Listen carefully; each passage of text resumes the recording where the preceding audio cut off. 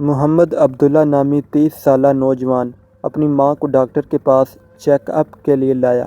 لڑکے کی ماں چیک اپ کے لیے بیٹھنے کے بجائے اٹھ اٹھ کر شرارتیں کرنا اور بھاگنا چاہتی تھی۔ وہ بار بار اپنی چادر اتار پھینکتی، لیکن اس کا بیٹا پیار کے ساتھ اسے بہلاتا اور اس کی چادر درست کر دیتا۔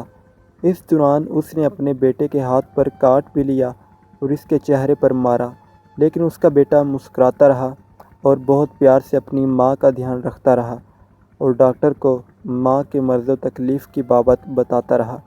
ڈاکٹر نے اس لڑکے سے پوچھا کہ یہ عورت کون ہے، تو اس نے جواب دیا، میری ماں۔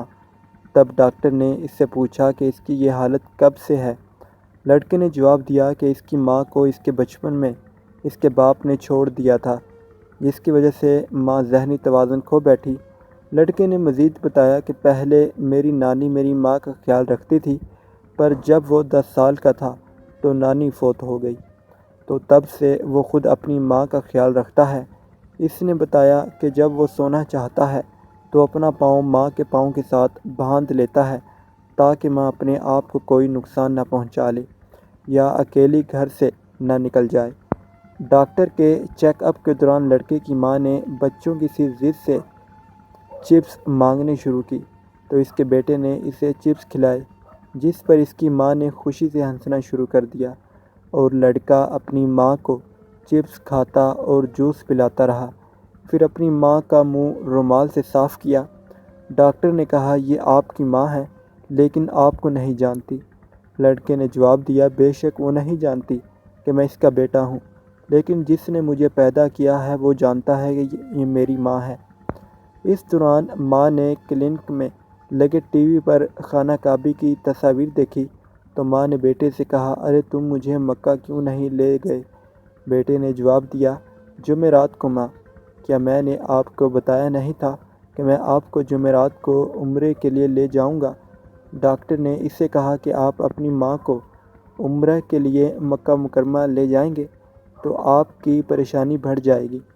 بیٹے نے کہا کہ جب بھی میری ماں عمرے کے لیے جانے کا کہتی ہے تو میں اسے مکہ مکرمہ لے جاتا ہوں، چاہے وہ کتنی بار جانا چاہے۔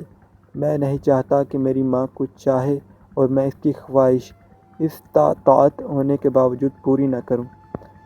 اس ماں بیٹے کے جانے کے بعد ڈاکٹر نے اپنے کمرے کا دروازہ بند کر کے بہت رویا۔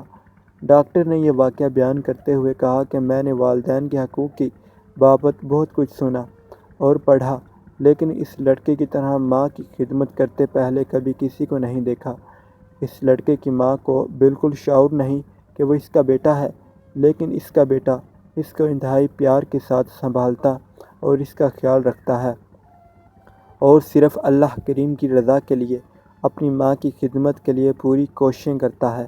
حالانکہ وہ اسے مینٹل ہسپتال داخل کروا سکتا تھا، لیکن اس نے اپنی ماں کی خدمت اور اس کی دیکھ بھال خود کرنے کا انتخاب کیا تاکہ جنت کا دروازہ اس کی زندگی اور اس کے بعد انشاءاللہ کھلا رہ سکے۔ بے شک جنت ماں کے قدموں میں ہے، یہاں تک کہ اگر آپ اپنی ساری زندگی اپنے والدین کے لیے قربان کر دیں تو آپ نے ان کے لیے کچھ نہیں کیا۔ اے ہمارے رب، مجھے اور میرے والدین کو اور سب کو اس دن معاف کر دینا جس دن حساب قائم ہوگا۔